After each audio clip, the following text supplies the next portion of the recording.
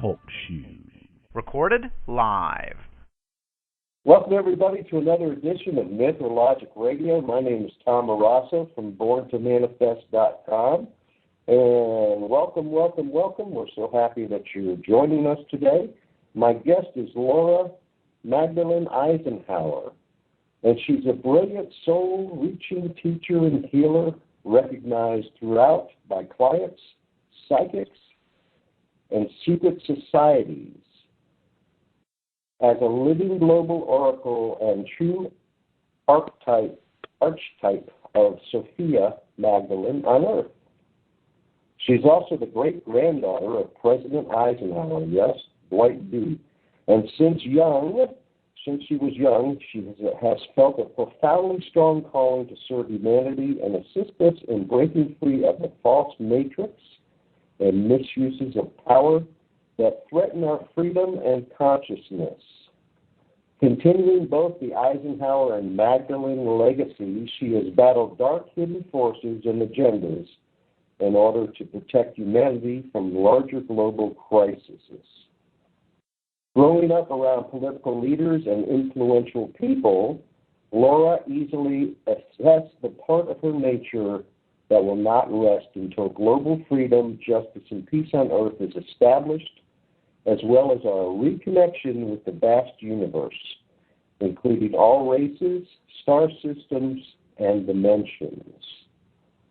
While residing and traveling independently in over 20 cities in the U.S. and abroad, she developed an excellent knowledge base in frontier health, natural systems, alchemy, metaphysics, and ancient history, and also has degrees and certifications in science, wilderness, expedition leadership, natural healing, and building.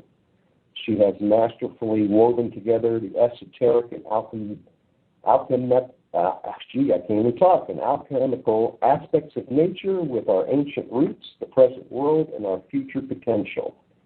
Being talented in music, dance, and painting, she is also a highly imaginative creator of sacred symbolic imagery and myths.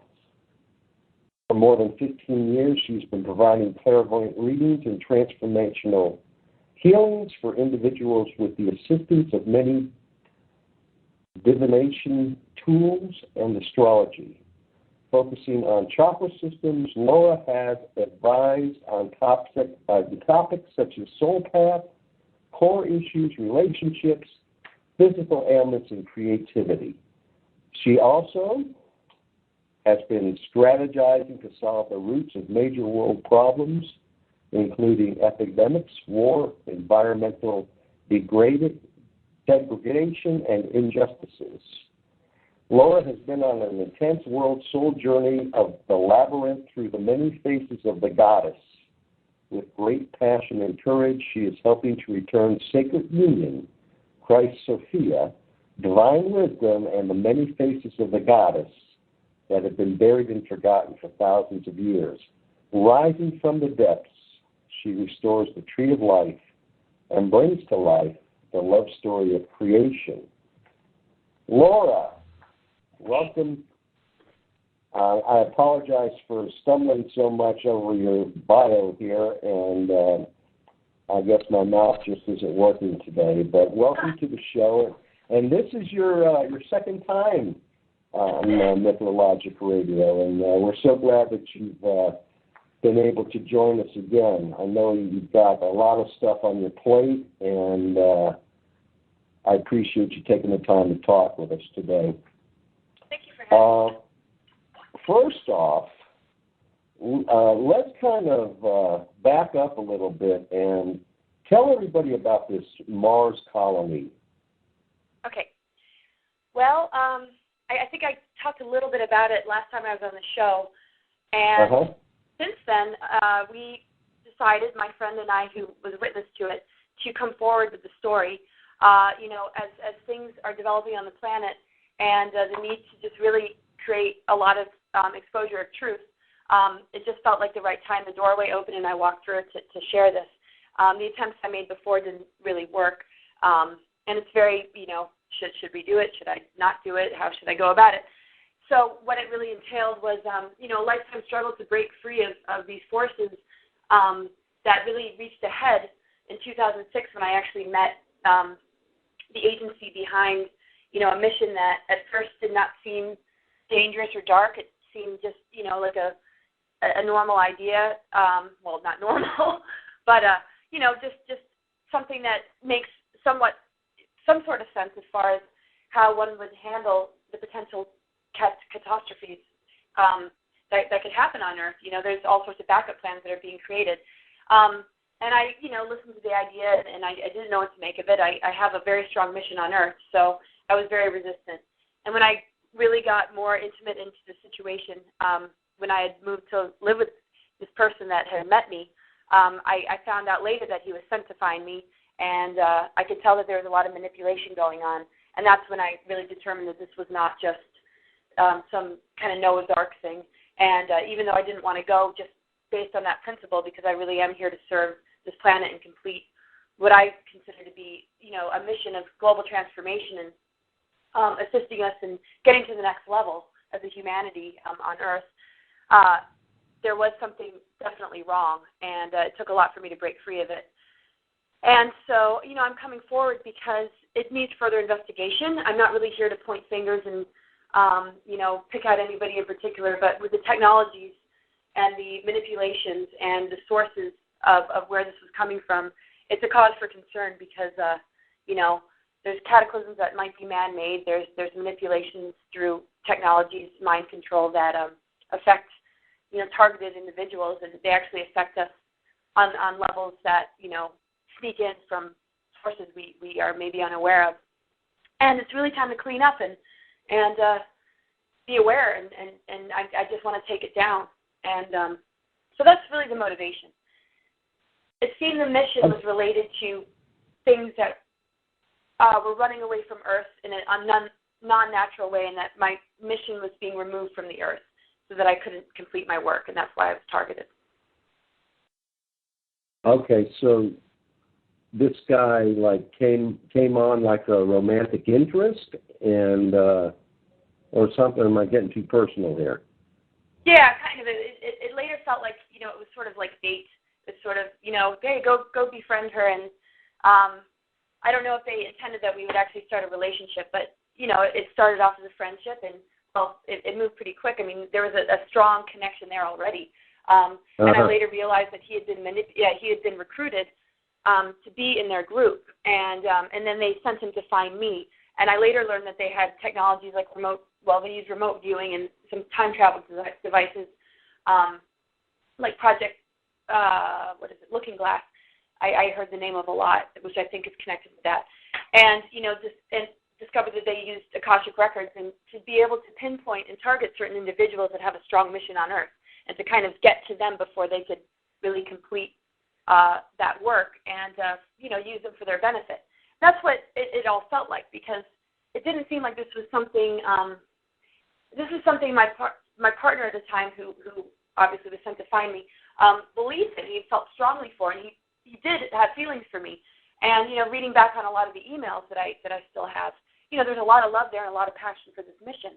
And so it's hard to see that later on it developed into me seeing that he was actually communicating with, alien entities and getting phone calls where he would drop everything and do missions. But he was acting kind of robotic and very controlled, and his behavior was very erratic. So I started to really look into it and wow, this is really strange. And then later, like I said, I found out he was sent to find me. And as much as we did develop a relationship that seemed to be real, it was kind of like, I love you, but they did send me to find you. I didn't expect to fall in love, kind of thing. So, it's very complex. Okay, so you mentioned the aliens. Do we know who the aliens are? Well, I know that he had experience with ear mutilations and seeing that sort of stuff before I met him, which really affected his health. But what I noticed that was different with what he was communicating with, which I myself did not see or communicate with. He would kind of go off into the night and have these experiences, and then when I felt his energy field afterwards, it made me kind of physically sick because the frequencies were really, strong. But I sensed that they were not real alien energies. I suspected that they were holographic and manufactured to sort of, lure him into this mission in order for him to believe that he was listening to some sort of higher calling or guidance from an alien race. And this is just my suspicion.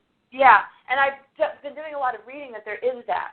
You know, there are obviously real aliens and abductions, but there is technologies out there that can create what seems to be, you know, alien contact, and it can, you know, speak to you on levels of, you know, about spirit and missions, and really convince you to do something, so you actually think you're doing something, you know, really good for humanity.